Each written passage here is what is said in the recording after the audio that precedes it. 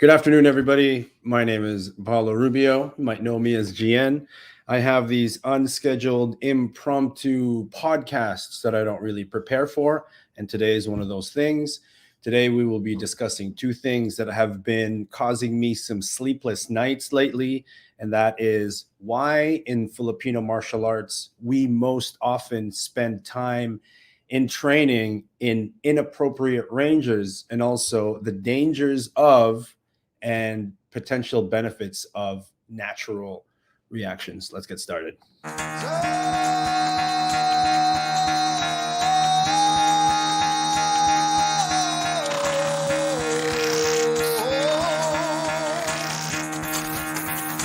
Get the fuck out of bed, bitch. Go.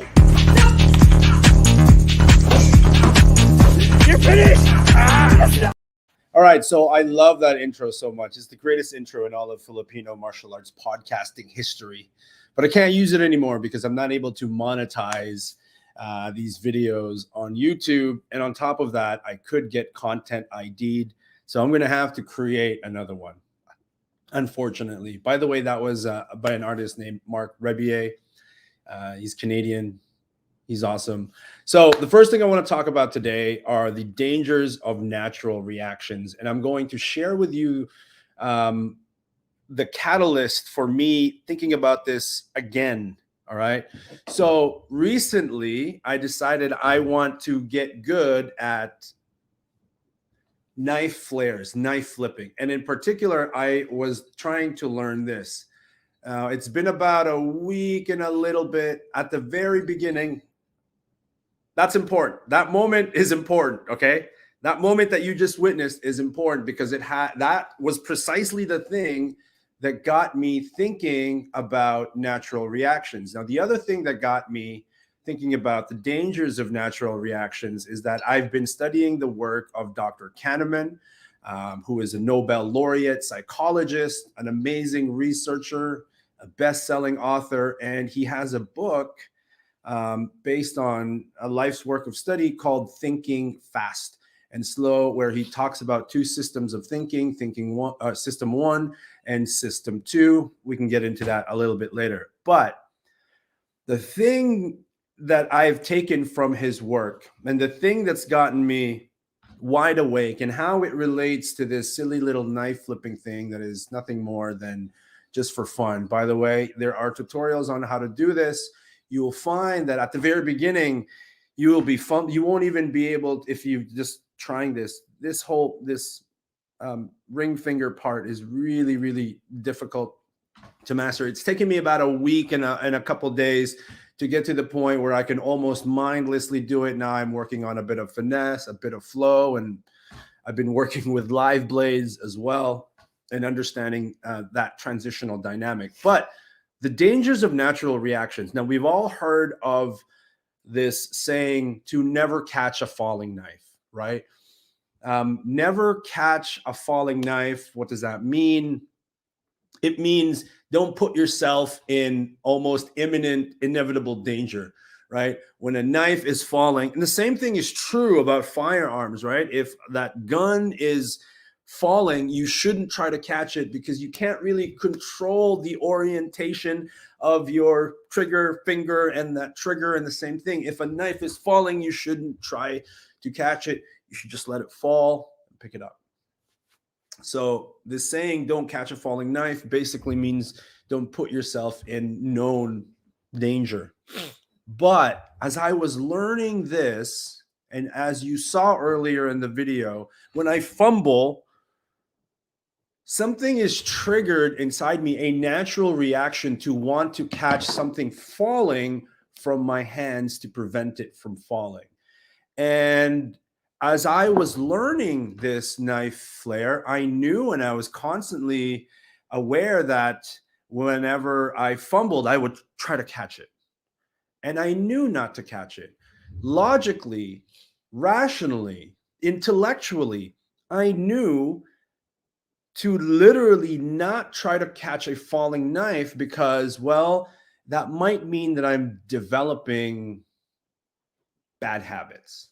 Okay, more on that. So last night, I was like, okay, Rubio, as you do this knife flip, did it again. I want you to be aware. I want you to put yourself in the mental state where if you fumble, do not catch this falling knife. Okay. And there were a few moments where I was in that zone where it began to fall and I didn't catch it. But what inevitably ended up happening is when I forget this mindful self talk, I end up trying to catch a falling knife, no matter how much I knew that it was bad and dangerous to do that. A natural reaction was triggered inside of me subconsciously to try to catch a falling object. So that brings me into the point that I really want to make and how it relates to Filipino martial arts and knife training, right? Oftentimes on the internet, we have these debates about what's the best way to defend against a knife, right? And so we get into these arguments where we focus entirely on logic, right?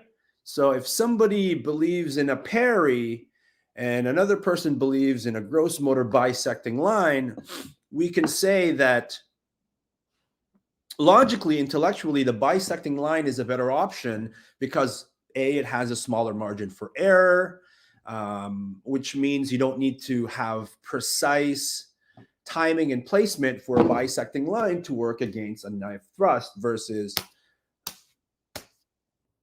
your hands, okay? And there are a million argumentations relating to this where people go, well, if you block high, then you're vulnerable on your opposite side and I can cut low. And these argumentations are sometimes used by instructors to, quote, prove that their technique is better than the other person's technique, or one option is better than the other option. And yet we have this thing that is built into all of us, these natural reactions.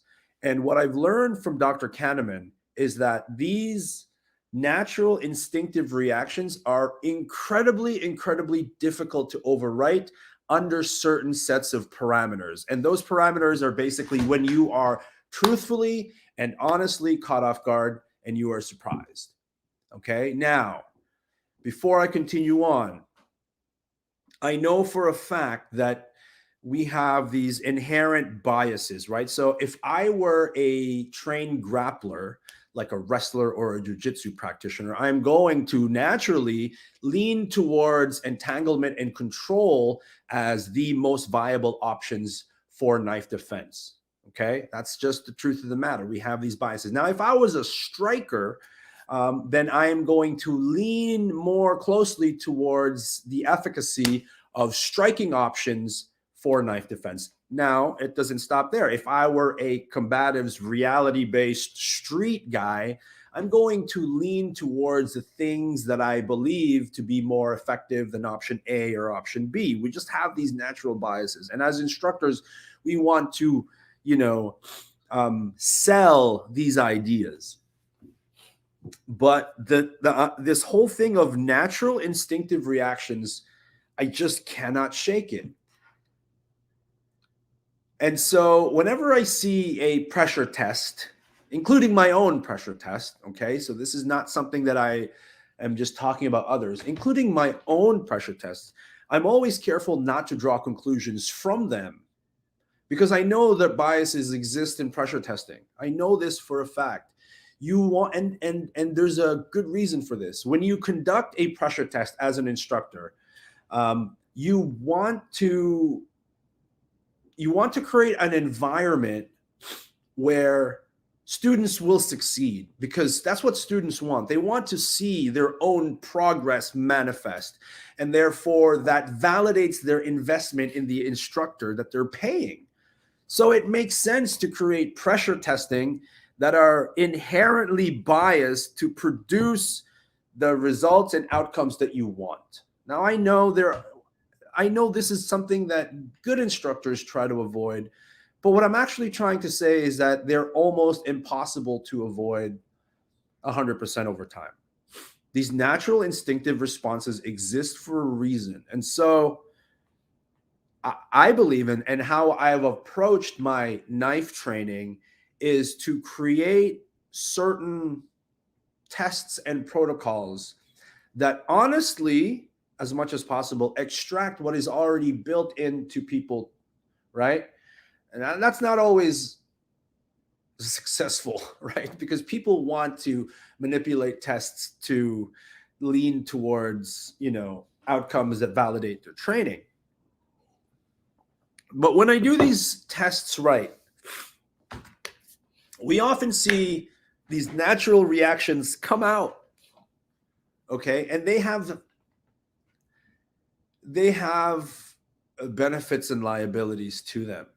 Or going back to this catching a falling knife. Now, I know, right, that I shouldn't try to catch a falling knife, just like I know I shouldn't be trying to block an incoming attack, necessarily with my hands or try to swat it away.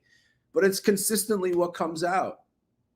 So what does that leave us? Does that mean training a better response, a more logical, reasonable response is fruitless, and we can never overwrite what we are naturally, instinctively built to do against these conditions? I don't know. I don't know. I do think that training matters. And by the way, I'm talking almost exclusively about the initial defense, okay? And I think that this is a field of knife defense that is not examined closely enough. That's an opinion, by the way. That's an opinion, that the initial defense is not examined closely enough, particularly by folks who lean towards, the grappling side of things. And I believe in wrestling. I believe in jiu-jitsu as absolutely valid avenues for exploring knife defense. It's critical. And the things that come with that, the natural exchange of energy, things like grip strength, agility, technique, all of those things matter. But a lot of what I see as far as grappling solutions kind of glance over the initial defense. And I think that initial defense is it's kind of where I'm focusing, right? And I'm not calling myself an expert. I'm just studying really right now. Because that initial defense, it's important. It will dictate whether or not you're subsequently defending from a point of deficit. Meaning to say, I will have good grappling abilities, but I'm executing these concepts while I'm bleeding, right? And depending upon where I'm bleeding from has a direct correlation on how much time I actually have to terminate this engagement. So initial defenses are important, but it's incredibly difficult to have a standard for what is a good initial defense, because that term initial, that starting point, that's infinite, man, right? Like once we have our hands on somebody, then we have some level of that engagement being finite. Meaning to say, if I have control of your wrists, there are certain options that don't exist. There are certain variables that no longer exist. Of course, everything's fluid, but the initial defense, right? That could mean an initial defense from my knife is already out and I'm threatening you and I have it up here. That could mean that knife is concealed and that initial defense begins from our initial point of, verbal communication. Is it an ambush? Is it a threat? Is it an active attack? And so all of these things must be considered.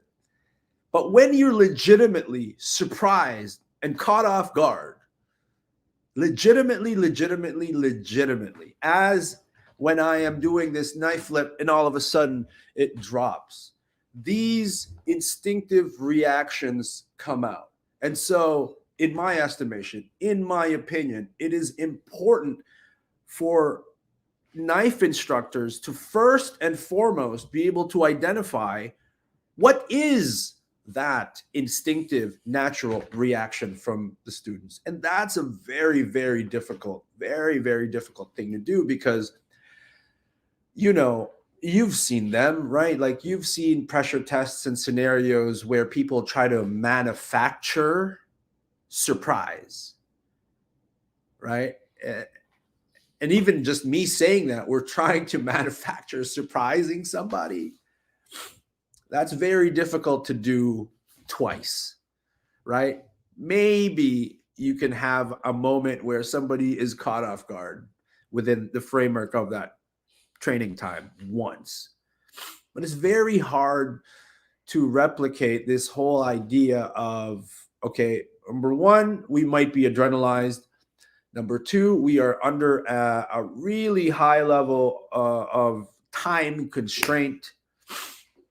And number three, it's got to be repeatable, right? So it's difficult, and Brian, this is actually funny, right? This whole thing, you need to have your own Kato, like in the Peter Sellers Pink Panther movies. If for those of you, maybe you're probably not watching right now, but if you guys know my friend Sal Mascoli, right? 25 years as a law enforcement officer, was a United States Marine in the good old days. Just a man of great integrity and strength. Whenever I go to Vegas these days, I typically don't stay at hotels anymore. I used to. I stay with my buddy Sal. And we have this ongoing rule. And he refers to Pink Panther, where at any time when he and I are together, he can attack me. And one time he attacked me in my sleep. Like I was literally still sleeping, and I just found myself under a blanket being beaten up. Kai, yeah, our brother Sal. But again, in a training environment, it's very hard to recreate stressful, slightly adrenalized states where your students are under an extreme time constraint under stress. It's very difficult. It takes a lot of thought and consideration and testing and refinement from instructors to be able to compose these kinds of drills. And now I'm beginning to find myself in a position where, you guys know, I'm an open book. I like to share. But I believe I came up with a fairly decent test that I do in my knife defense courses that I kind of like, I want to hold on to. And I know I should share this. It has to do with this information movement coupling drill. That's what I call it. I call it the information movement coupling drill, or the perception action coupling drill. And it's basically this drill allows for students, whether they're advanced practitioners, black belt Krav Maga, to somebody who's never even taken a martial arts class before. And I can say this because I did train it under a wide variety of people, and it's very illuminating, right? Like it's so important for people to understand that, yes, you can have a rational, intellectual preference as to what defense you want to use against what attack. We can have those conversations all day long. I think it's to a degree healthy to have these conversations, to go to one instructor and say, hey, I think a vulnerability from that defense might be XYZ. And so we can have a discussion about that defense. But to know what actually comes out of you under these specific parameters, I think it's really, really important. And it's important because when you make a choice to go, I understand the vulnerabilities of natural reactions and I want to choose a better option, you can't just intellectually decide to do a bisecting line, stepping to the outside, or a 360 defense. You can't just rationally, intellectually make a decision that that's what I'm going to do without really understanding if that's what you're actually going to do when these parameters exist. So it's important to have a protocol and a test to see if what you've trained actually comes out. It's easier said than done. And if you're an instructor, you're probably thinking, well, I have this test and that test. And they could be good, they could be shit. I don't know. I'm just saying that it's important for instructors to have tools, drills, and protocols to be able to show students what's built into them and what's going to actually come out when X, Y, Z variables are present. Yeah? Okay. So that's the first thing I wanted to talk about. And again, it came out of me wanting to learn this knife flip and me rationally understanding that when this knife falls, I shouldn't try to catch it. I know that's bad. I know that might be developing bad habits, but it just kept happening. It just kept happening. So what I'm saying is that you can be rational and intellectual about what you think is a better defense, but if you don't know that that's what's going to come out, well, then we're just having an intellectual discussion about it, which is fine. All right. Okay. So, I mean, I guess that makes people like Sal Mascoli and having friends like him that you can trust to just try to beat you up out of nowhere, right? Those things have value. And again, okay, look, I don't want to sound like one of these like mumbo jumbo hippie mystical instructors, right? But I believe that, you know, there is performance and then there's performance. All right. Performance meaning I can be technically sound and proficient under controlled training environments, AKA demos. But then there is, you know, performance when it counts, right? And one is easy and one is not so easy to be able to prove to others, right? And even then, you know, some guy might go to me and be like, "Yeah, man, I've been stabbed 7 times and I'm still here." I'm like, why are you telling me this? Are you telling me this because it validates the thing that you teach? Because then we can talk about luck, we could talk about decision making, we could talk about the variables that were present that you aren't being so forthcoming in discussing this. Anyway, so when like I don't know if I'm good at knife defense, right? What I'm good at is creativity and communication. And I think I'm fairly intelligent to be able to bring these things together. You know, the ability to be a kind of smart and to be able to research and find new things out, and then to be able to communicate those things under the capacity of an instructor, right? But do I know that if I get attacked with a knife that I'm surely going to survive, and the things that I propose to be good ideas and solutions, will I be able to execute on the very things that I preach? I don't know. Maybe I just kick the guy, right? Despite the fact that we can have intellectual conversations about the dangers of kicking against a knife wielding attacker, maybe the kick is what I end up doing. I don't know. We don't know. And I think it's important to have this honest assessment. And I think it's important for us, people, students of the blade, to leave some room always for skepticism of others, but a higher dose of skepticism for our own abilities and capabilities. I think that's super, super important. I don't know. And I'll give you another example. Okay. In a previous life, I worked a lot with veterans who have, you know, combat-induced post-traumatic stress disorder, right? And some of these folks remain good friends of mine. And a part of my task in working with them was to tell their story, right? Or to retell their story, or to help them tell their story. And during that time, I was still a curious person, and I would ask certain questions like, yo,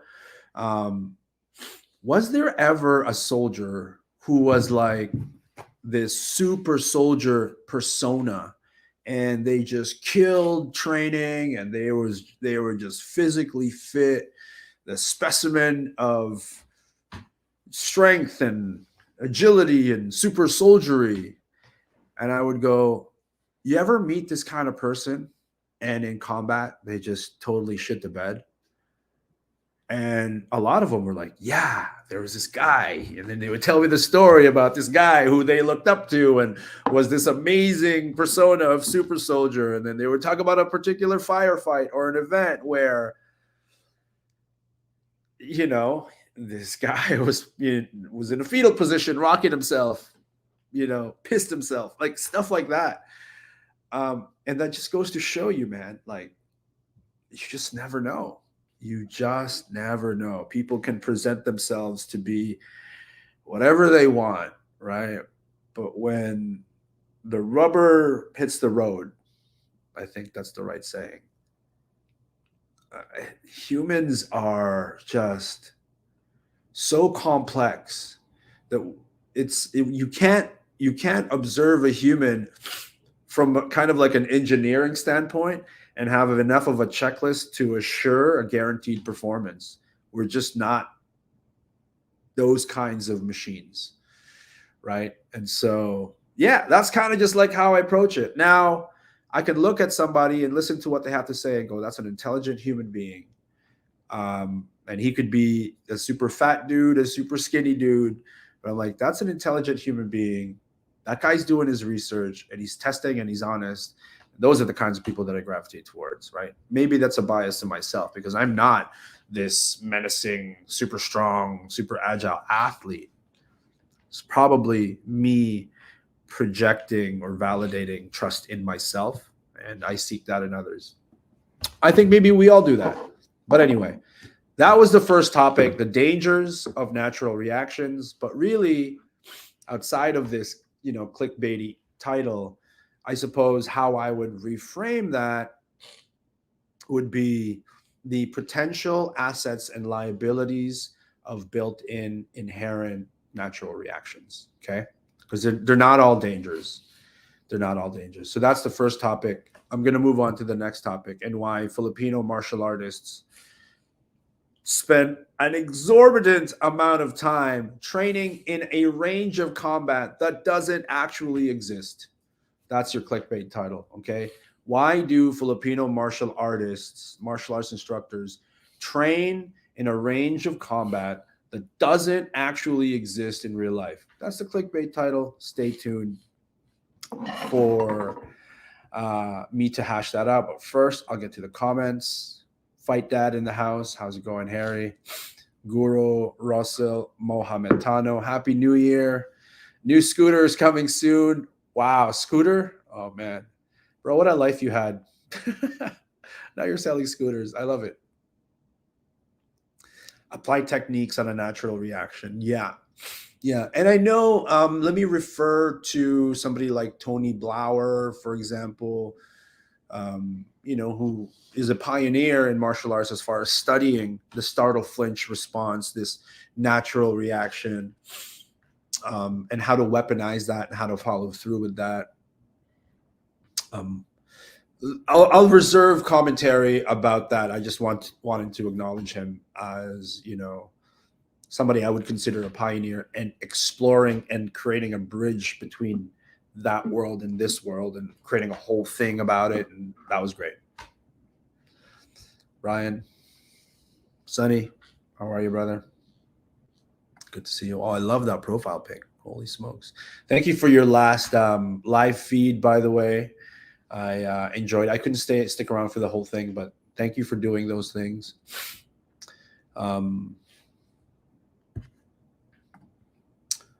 Ingredients of real fights: 1, determination; 2, training; 3, surprise; 4, take by chance. Don't force technique though.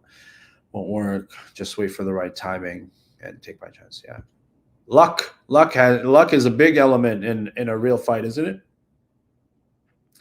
Luck is perhaps the biggest the biggest element. You got to be lucky, man. Daniel McAllister. So you're both Cato and Clouseau, maybe. Southpaw Gym, boxing, Muay Thai, mixed martial arts. I've this since 90s because reality is close range, not Largo mono range. Okay, reality is close range, not Largo mono range. Please stick around because I'm going to argue this. Okay, I'm going to argue that reality is close range, not Largo mono range. I'm going to argue this, and then I'm going to prove you wrong, and then I'm also going to prove you right. But stick around, okay? Um, I used to be a CO, and I emphasize close range, and I've used everything I've been taught in the prisons on a daily basis for over 16 years. Well, first of all, take care of your mental health and make sure you balance out your reality with something that you enjoy, you're passionate about, and that you can be grateful for. Because I've not met a single person who worked in the prison system for as long as you have who was unscathed by the things they saw and some of the things they did. All right. So, first and foremost, take care of your mental health and find something that you love to do outside of this whole fighting stuff. Okay.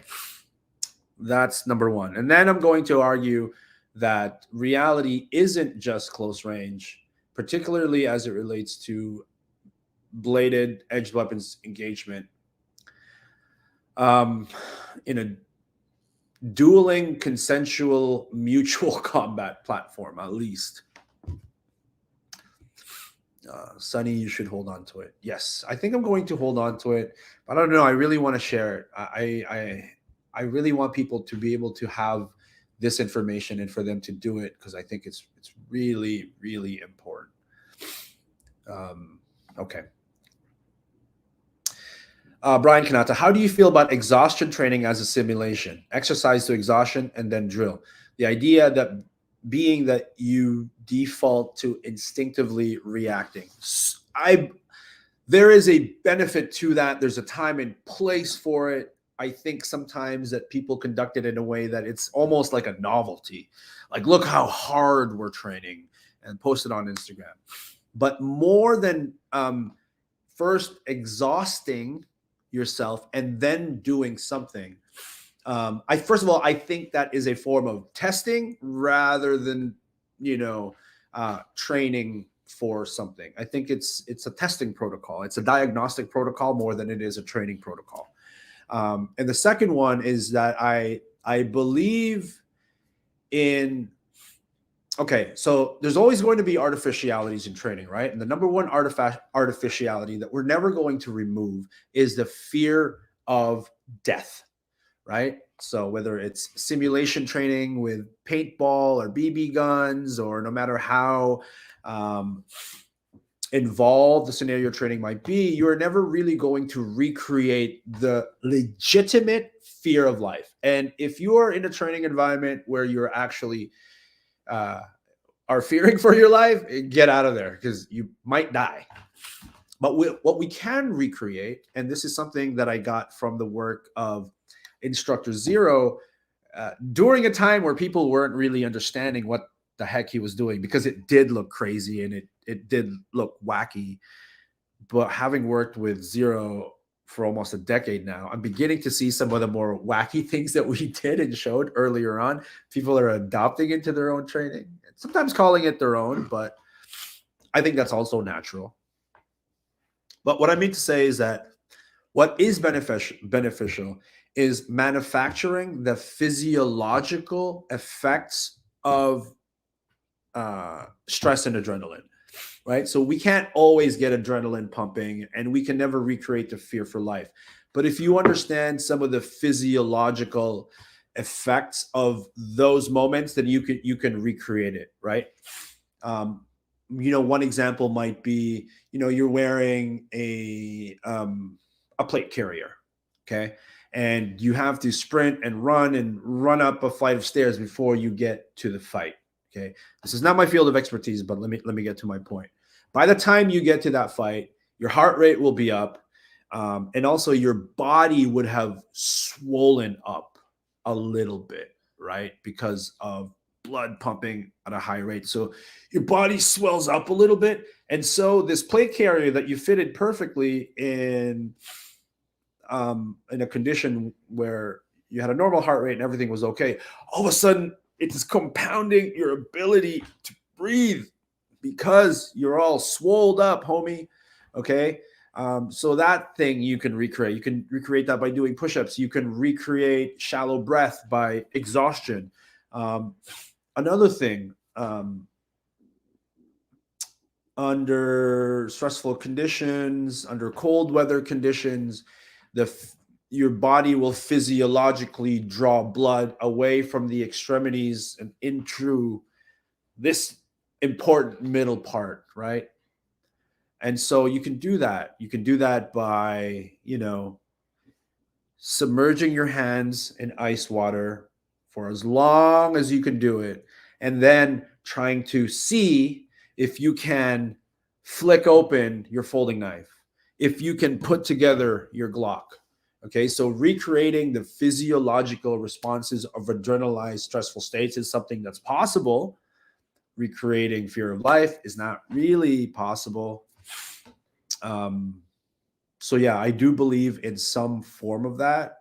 But again, it is more of a diagnostic and testing protocol than it is an actual training. The part of that could be training is the fact that you're exercising to the point of exhaustion. Like, that's the value of it. That's repeatable and safe to do. So go ahead and exercise. Sonny, there's a saying, PhD in theology may know about God, but only he who prays knows God. Yeah, man. I think you were referring to some previous statements I made about what do we really know about ourselves and what we are capable of doing under specific parameters. Thank you, man. I love that you're preaching. Sorry if that's an offensive term, but for lack of a better term, I love that you're preaching. I love this. My relationship with God is fluid constantly, but I constantly seek a better understanding and a better relationship, I should say, with God. Yeah. So I thank you for doing that, and that you've inspired somebody like, Bart Stewart, who's a friend of mine, to also quote preach, and I think different people, I mean, I've certainly gone through my phases where I didn't refer to God or Jesus. I just said, the universe, things like that. But these days I am more willing to say Jesus Christ or God. And I think I can have more resolve and commitment and belief in my way of expressing it without necessarily confronting how others may do it. And I think that's a sign of maturity. Whereas before I was just so confrontational when it came to religion. I even have respect for atheists, and I can understand where they're coming from as well. And so when it comes to religion these days, at almost 44 years old, I am so much less confrontational about having these kinds of discussions, because those kinds of confrontational discussions are meaningless. Although they are really fun to watch on YouTube, when you see, Orthodox debate with a Muslim, and this, Jew debating with those heated debates are really, really interesting and fun to watch on YouTube. Right. But I choose not to engage in any sort of a confrontation when it comes to religion. Low strategy. Do you have a hot girl filter going on? Haha, definitely a good point. Yeah, I think it's just washed out. Hold on. Maybe I do have hot girl filter.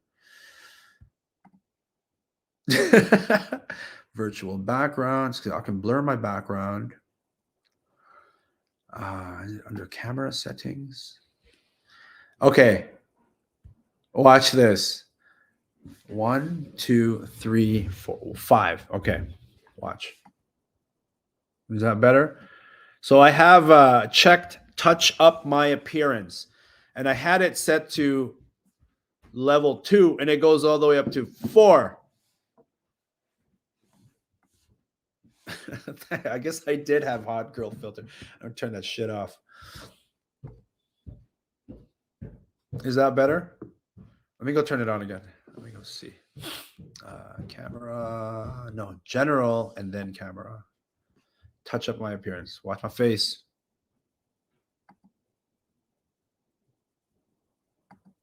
Boom. That's where it was at. And then, wait, maybe I got to unblur this virtual background. There we go.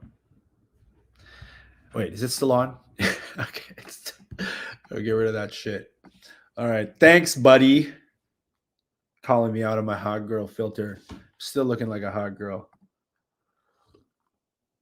I hope you never have to know. Yeah. Bro, I don't want to get stabbed. Real Warrior has only 2 theme songs. Come What May by Air Supply and Let It Be by the Beatles. Bro, did I tell you I saw Air Supply in concert? Like, I'm not a big concert guy, but I grew up listening to like Chicago and Air Supply and Cat Stevens, Don McLean and James Taylor, like these, John Denver. So I got an opportunity to see Air Supply, and they were amazing, man. Yeah. Maybe another Air Supply song for Real Warriors is Lost in Love. Great comment. Darcy. Even Lou at pad hitting in most sports. Oh, even look. Man, even look at pad hitting in most sports. They more often than not stay completely in the pocket, rarely working into striking range and existing, probably exiting. Yes, this is something that I got from boxing coach, UK boxing coach, good friend of mine, even though we argued a lot, Coach Simon Gildea. And when I was training my son in boxing to supplement his actual formal training, I was staying as a pad holder. I was allowing him to stay in the pocket in order to be able to hit those combinations. And Coach Simon was like, don't let him just stand in the pocket in striking range. Even if it's a slight motion, have him earn that range before executing those combinations, right? And that made a ton of sense for me. And that was a revelation for me when I was, and I still am, learning the art of mitt holding, which is such a wonderful art form, man. Doesn't get enough credit. And now, talking with folks like, Coach Simon and Scott Walker and, Coach Jared Robinson from Sacred Boxing. There's a lot of shit focus mitt holding out there. And I'm not saying that because I'm good at it. I just now know what to look for. So it's kind of like I'm this, all of a sudden, like I'm this film student and I watch movies differently. It's kind of like that. Like I can't make a good film, or I'm not really a great mitt holder. I'm still working on it. But I can see when others are kind of doing it crap. And that's one of those things, right? Thank you for bringing me back to what we were supposed to be talking about, which is why Filipino martial arts people train at this non-existent range. Anyway, you need all the ranges. Yes, you need all the ranges. Of course. Right? Just run away. You ever accidentally get your beard in your coffee when drinking? No, that's never happened. Very true. Fear of death. Yeah, you can't recreate that. Thank you guys, by the way, for comments, sticking around. What are you guys all unemployed? It's Friday at 3 p.m. Or maybe you're in your office right now and you're just waiting to get out. I'm gonna fix my beard. How you guys all doing, by the way, man? Faz, these names that come up on my I'm gonna go on a tangent for a second. I get to meet a lot of people in my travels, and I cycle through communication with them, but I think about you guys all the time. I don't know if you guys know that. I think about these people that I've met, and one time I'll be talking a lot with one person, and then all of a sudden I realize, oh my God, I haven't spoken or communicated with this person in like 6 months. Um, I love that, but I also like, man, I wish I had the time to just message everybody and say, "How you guys doing?" and follow up. But I don't, because I suck at it, and my mind is just like constantly moving in like different directions. Like I don't know. I'll all of a sudden be obsessed with wombats for a week, and I'll do a bunch of research on wombats. Right, but right now, it's this whole psychology of knife defense and understanding human behavior under stress. Reaction time, science of skill acquisition, which again, some people claim to be, specialists at the science of skill acquisition, but the experts are doubtful even of their own stuff. It's like how much we know about the brain. Like even a brain surgeon will go, we really don't know a lot about the brain. Anyway, let's continue. You can recreate by having 4 to 6 people chase you with sticks. Nope. You're glowing. All right, I get it, okay? I was caught with hot girl filter on. I don't even know why the hell that was on. I thought it was just like because my camera was compensating for the poor lighting in my living room, because it's freaking gloomy and they only have this one light. Still not as handsome as G and Bobby. Well, come on. Nobody's as handsome as G and Bobby. Hands are cold here in the wet woods. What's up from Stockton? What's up? Well, you got a freaking gun in your profile picture. Get rid of it. I'm just kidding. Is your finger in the trigger?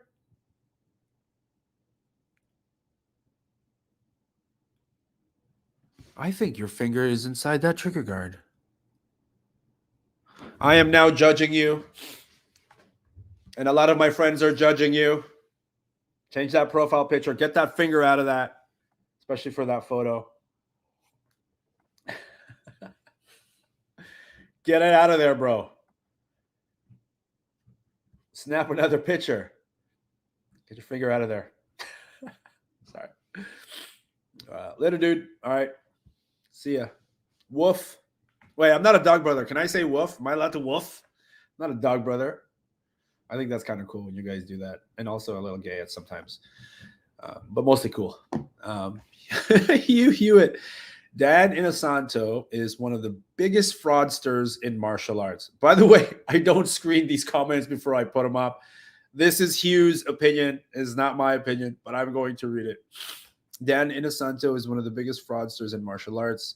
His as many arts as possible was designed to keep students coming in, paying him money.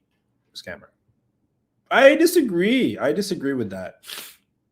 What I really like about Guru Dan Inosanto and him wanting to study as many martial arts as possible is that he doesn't take those things and bastardizes them. He actually honors the source. And when he's teaching you Silat, he can tell you specifically from which branch of Silat. And then when he transitions to Filipino martial arts, he can draw a bridge between this concept from Silat and that concept from Filipino martial arts. And then he'll go in Jeet Kune Do. This is what it is. So I don't think that he's a fraudster because of that. And I certainly don't think he's a fraudster because he has become this encyclopedia of martial arts. You can't call him a fraudster because students want to keep learning from him. No more than you can say that, a well of fresh water is defrauding people because they need that water, right? I just don't, I don't agree with you that Inosanto is a fraudster. And I think Guru Dan would study all of these different martial arts, even if he wasn't getting paid for it, and even if it wasn't his livelihood. He is just demonstrably so passionate about it. And somebody in his position could have just bastardized and monetized and stolen. But it appears to me that he actually honors his sources, and that when he's doing Pikiti Tersha, He's doing PQD Tertia. And when he shows a PQD Tertia concept, he shows it as a PQD Tertia concept. So I'm sorry, Hugh. I disagree. 7 a.m. Mr. Drayton, how's it going? I got to go to Australia. Yo, I want to do a seminar in Australia. And I actually want to visit Australia more than I want to do a seminar in Australia. But, yo, flights are expensive to Australia, so I got to cover those costs. Somebody get me to Australia. Darcy, I'm outside training, brother. Day off work. Actually working 4 days a week for the first time since the COVID thing. Good for you, man. Got a sweet space on the edge of woods to train. Bag set up, kettlebells and more. Dog Brothers gathering in February, so focus on that.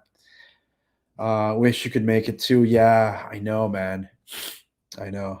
I'm just too afraid. I'm dodging Dog Brothers gatherings. I'm just a wuss. I don't want to do it. Just kidding. No, timing's not right. And I really can't. I really don't take leisurely trips to do martial arts. I've never really done that. I have to have another reason, right? Hashtag judging. What they/them? You guys want to hear a joke? How do non-binary samurais kill their enemies? They/them. My daughter told me that joke. Joe, I disagree. Yeah, I disagree too. Must have never trained with Guru down. At 87, he can still get down. Yeah, back to work. Come to the Vancouver gathering. Fear is part of the experience. I really want to. And you know what? Sometimes flights to Vancouver from Toronto can be really affordable, but a lot of times they're just like, it's the same flight cost to fly from Toronto to Vancouver as it is like from Toronto to Heathrow and London. But my sister does live in two of my sisters live in the Vancouver area. So I want to go.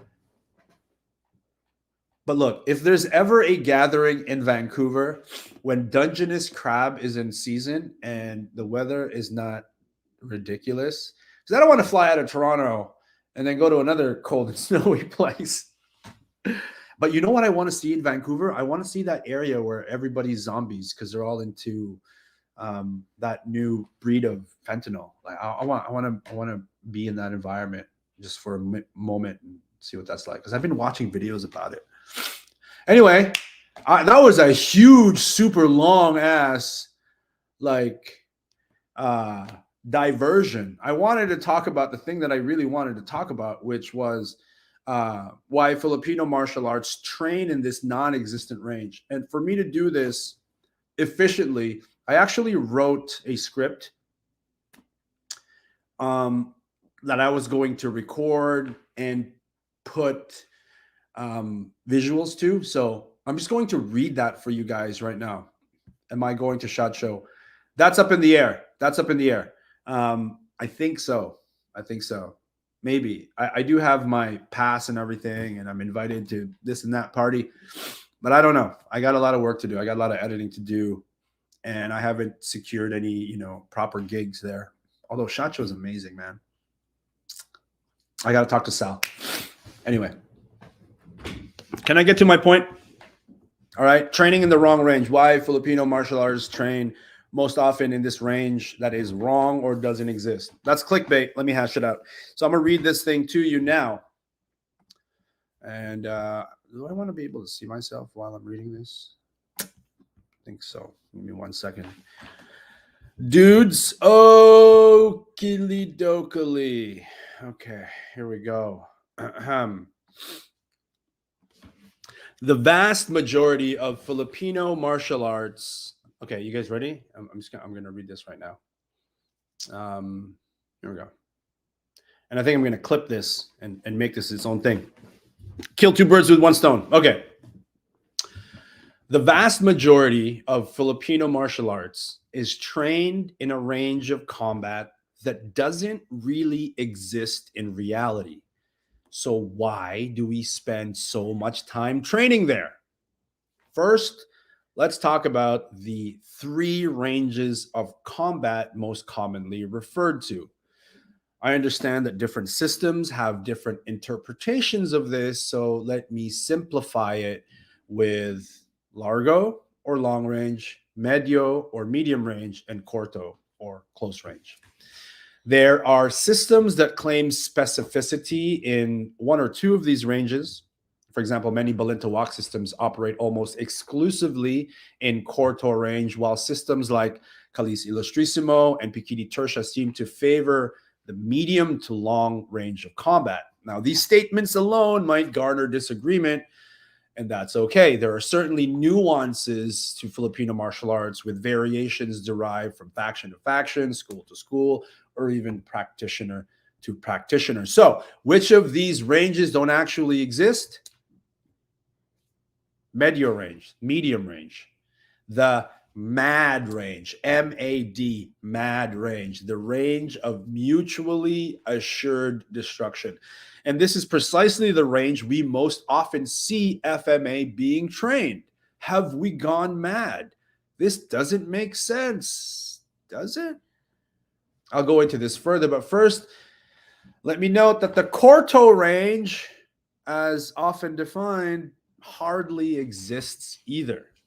The natural trajectory of two combatants clashing at corto range almost always guarantees that entanglement, when real pressure, force, resistance, and intention is infused, is inevitable. Okay?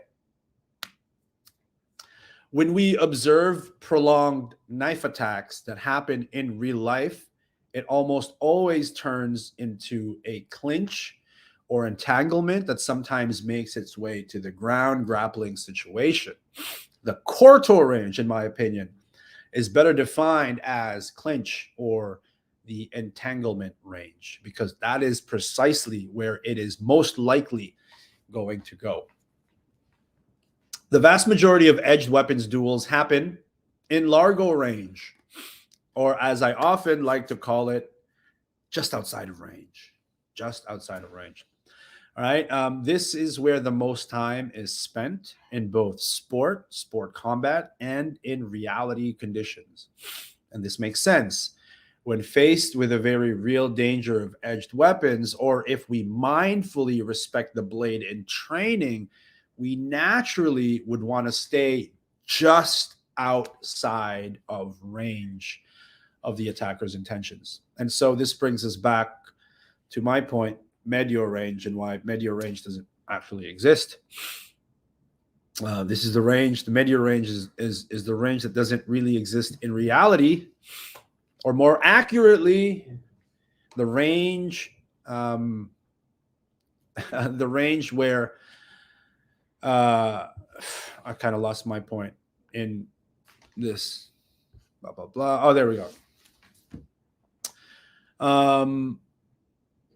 Yeah, the range that doesn't really exist in reality, or more accurately, the range that disappears the fastest. So medio range disappears the fastest, very, very quick. It's almost non-existent because it disappears so fast. So yes, of course, it exists, but for such a fleeting moment, it exists. So why do we spend the most time training in medio range when in reality, medio range doesn't exist, or it exists for such a fraction of a moment? Why do we spend the most time training there? Think about it. We can spend all day within the relative safety of largo, or specifically just outside of range, and we also cannot so easily disentangle from the natural progression of corto. And so medio, the MAD range, the range of mutually assured destruction, is something we would naturally avoid spending too much time in as a matter of self-preservation. So why is it that the vast majority of FMA drills happen precisely in this range? Good question, right? In my opinion, one of the reasons is simply convenience and efficiency. Despite the fact that we are often told to hit with the last few inches of the stick, training in medio range has us most often hitting with more than the last few inches of the stick. And that is because being in medio range allows us to flow and cycle through material with a lesser probability of missing. I'll give you a defensive example. If we were learning a particular kind of block, let's say the roof block, there are elements to consider, such as range, deception, and timing. The block must be timed correctly within the appropriate range and when an attack is imminent or guaranteed. If we incorporated all of these elements all at once, we'd have a fight. We'd have a compartmentalized sparring event at the very least, which is important, but would require more effort and resources to train safely. And so to work the general timing, the general structure, and the mechanics of the roof block in a way where we can get the most reps and efficiently, we stay in medium range. So the other reason we train in this non-existent, fleeting, of course it exists. The other reason we train, and perhaps the more important reason, is that winning the moments that happen in medium range can define who dictates where the rest of the fight will happen. Let me read that again. The more important reason is that winning the moments that happen within medium range can define who dictates where the rest of the fight will happen. If my specialization, for example, is corto, I want to take my opponent in corto range, keep them there, and for me to be able to do that, we must pass through medio range, and I must win that moment. And if my specialization is largo, I must be able to prevent my opponent from trapping me into a corto entanglement. And for me to do that, I need to win the medio game each time it is presented to me. So the medio range, it is a kind of no man's land in FMA. This is where death is mutually assured if we both stay in that range long enough. And so learning how to fight in this range is incredibly important. And in a training environment where we are afforded the luxury of staying in that range and learning as much as we can about its specific nature and characteristic. It is training behind the 8 ball, in other words, training from a position of deficit. We lose the medio fight and we risk losing the entire fight. And so while it doesn't make sense to train here exclusively, and while it doesn't actually reflect where the vast majority of where the fight will happen in real life, it is arguably the most important range there is. It is the range where we stare death in the face and where humility confronts us. I want to talk about that a little bit more after I finish reading. Now, I began this video by saying this range doesn't really exist, but it does. And while it comes and goes in an instant, it defines life and death. And perhaps that is part of the allure of training in medio range. Despite the fact that we are training with friends and having a good time, it is the range where our very own mortality stares us right in the face. That was long and possibly boring. So yeah, long story short, the medio range exists for such a fleeting moment of time. I think I heard this first from Tuhan Jared Wihongi, who referred to Grand Tuhan as calling it the MAD range, M-A-D, MAD, the range of mutually assured destruction. We do Sabayan from there. We do Sombrada. We do all of our entries for disarms, beginning at medio range.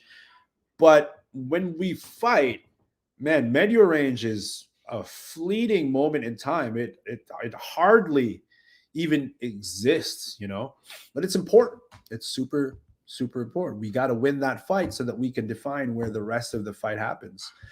That's my point. And what do I mean where fighting in medio range with the right mentality confronts us with our own mortality is because, and it's also a very humiliating range, because I don't care how good you are. If an absolute beginner and you're willing to stand toe to toe with an absolute beginner in medio range, you're going to get hit. I don't care how good you are. If you don't close that distance or break from that distance and you stay in medio range, there's just no way. There's no way. All right. That's it. It's on the East Coast. I call it the transitional range. It's where you are moving through from long to close. Cool. Yeah. I'll tell you how I simplify it, by the way. And people like to talk about ranges of combat. It's cool. It's fun. I have two ranges: in range and out of range. That's it. You're either in range of something or you're not. It's over. Sometimes oversimplification has a value, and other times it doesn't. Okay, but it depends, right? It depends. Sometimes you want to simplify. Other times there's even a value to oversimplification. I think medio and cuarto are often done for attribute training, while largo has more practical implications.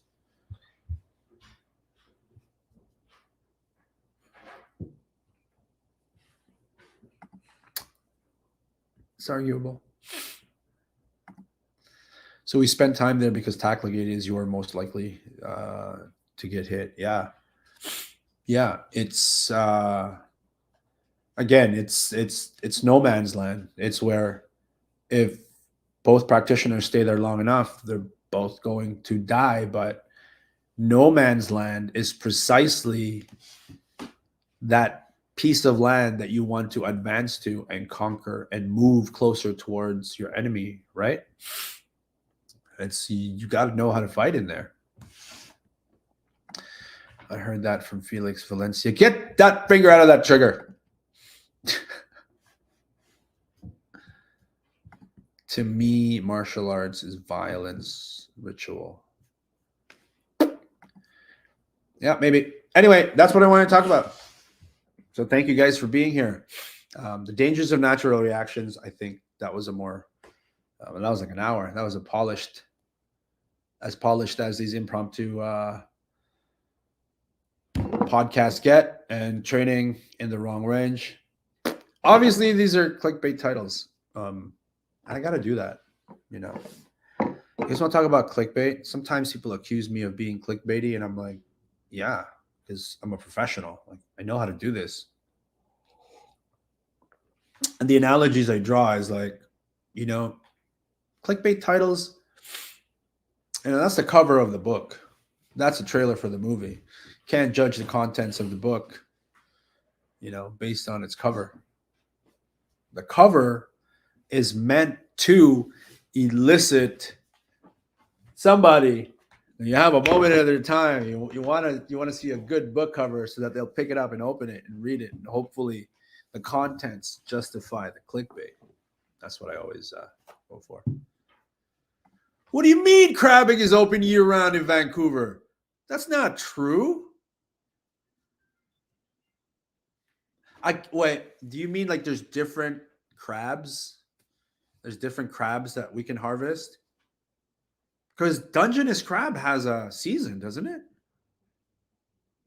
Have I been lied to? God, I had some blue crabs yesterday. Man, why I love crabs so much. I love crabs so much. Yeah. You know, I'll share with you guys one of my dreams, one of the things on my bucket list, and maybe you guys have this and you take it for granted. One of the things on my bucket list is to be able to catch crab or lobster and take it to the beach, boil it up, and eat it. I've never done that in my whole life, and it's one of these things that I've always wanted to do it. I've always just wanted to catch a crab, put it in a pot with some salt water and put some seaweed and just steam it or boil it and then eat it right on the beach. That is what I would give for that experience. But I don't want to like, I know I can pay for that experience. Like, I can go to like a travel agent and like book a tour, and, you know, a guide will take me out and pay a bunch of money. I want to do it kind of organically. Like, somebody would be like, yeah, come on down. We'll do that, you know, as that kind of experience. Somebody who does that and I just join them, I think that would be great. Anyway, Dungeness crab thrive in cold water, making the ocean off British Columbia a prime fishing area. They prefer sandy areas and live at variable depths, but they are most abundant above 50-meter depth. They feed primarily on live prey, including fish, crustaceans, clams, and worms, but will also scavenge. Crabbing can be done all year round. However, commercial crabbing season starts July 1st, so it is not recommended to crab during this time because most crabs will tend to be undersized. Oh.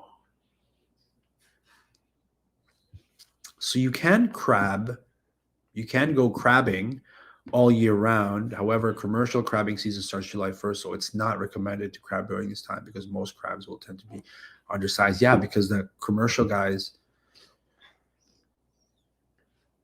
I didn't know this.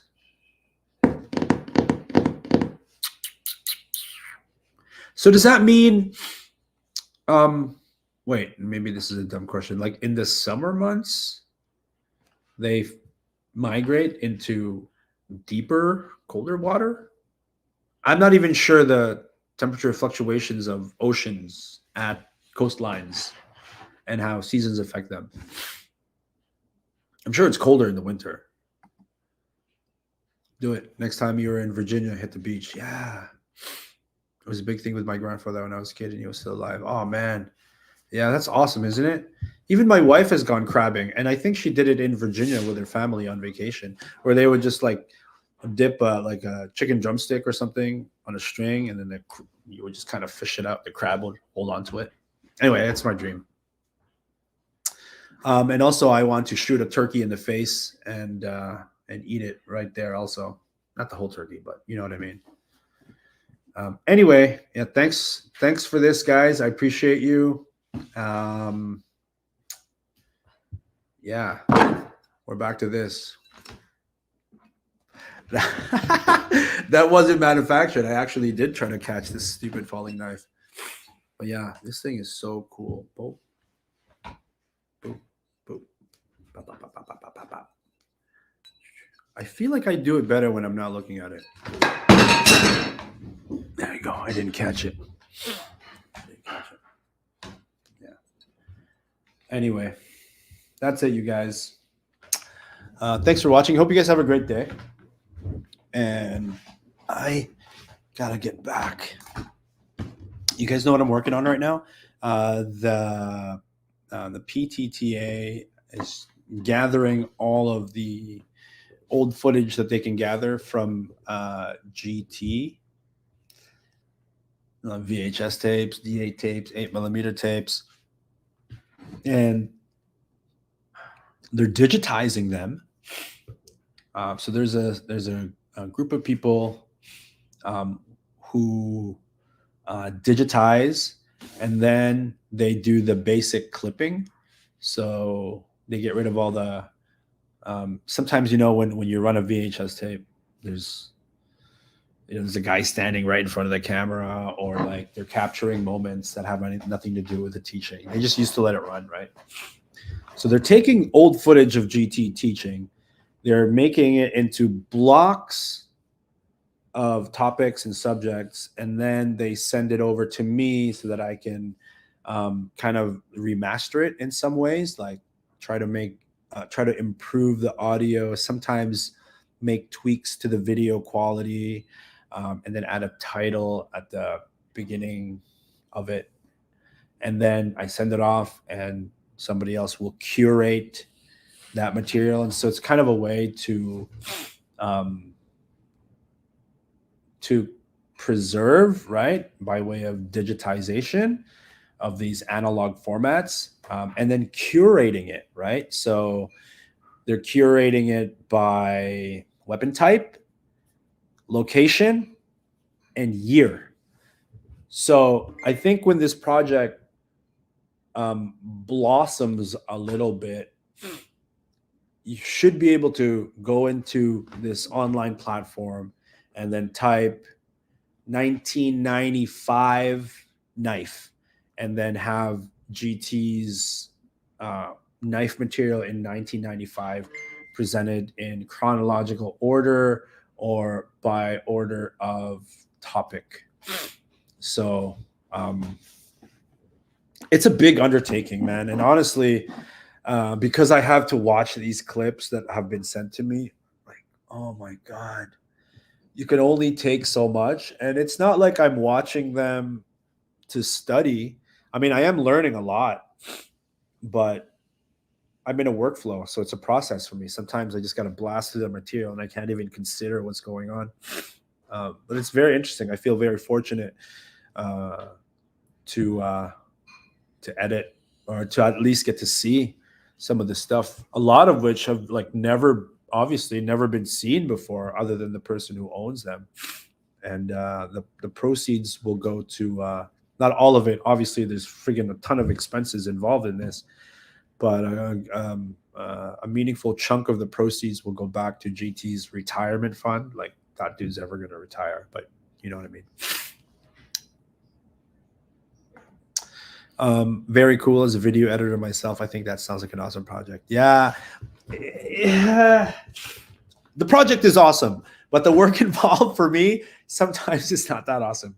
It's like watching hours of footage, and like some parts I'm like, is this important? Like, do I need to subtitle this part? And I have to listen to it like 10 times. And is he saying soquete, or is he saying chiquete, or what is he saying? But I think it's enough to preserve it, even if it's difficult to hear what he's saying in some of the old, more degraded material. I think it's still important to go, this footage is from this area, it was filmed by this person at this time. I think it's really important to do that for GT. Yes, that's what I'm doing. That beard is thriving. Yes. Thank you. Change your profile picture. I'm just kidding. I remember seeing GT in Surviving Edge weapons training tape. Yeah. Early police training video. Very cool. Just put fake subtitles in to mess with people. I know, right? Like, I could change the course of Bikini Tersha by putting subtitles that he didn't really say. Like, Sabayan is a bullshit. Okay. That's it. Yo. Thank you guys for being here. I appreciate it. Stay in contact, stay close, keep training Filipino martial arts, and send me a message if you got things you want to talk about. I'm always down. I may not always reply to messages like immediately or right away, or sometimes ever, because it gets buried, but it's likely that I've at least seen it. And okay, sometimes I'll read a message and I'll go, I'm going to reply to this later. And then I just completely forget, because sometimes I know I should be doing it. Like, sometimes I check my messages while I'm driving and I'm like, whoa, I can't respond to this right now. I'm going to respond to it later. And then something catches my attention, and then I end up looking like a dickhead because I ignored somebody's message. That's not the case. So continue to message me. All right. Yay, 200's here. Inside joke. He looks like 200. Great martial artist. Good to see you, Nicola. All right. Peace out, my brothers. Thank you guys for being here. Oh, yo, watch the new Dave Chappelle comedy special. It is dope. And then go watch Cat Williams' interview. It is amazing. These guys are absolute geniuses and harbingers and protectors of truth under all circumstances. So thank you, guys. Continue to explore, be skeptical, be critical thinkers without forfeiting your love and passion for the art and culture of FMA. Mabuhay, Pugay, all those buzzwords. Peace out. Love you guys. Thank you. I hope to see you soon, and I hope to clash sticks with you at some point or again. But don't kick my ass, because I suck.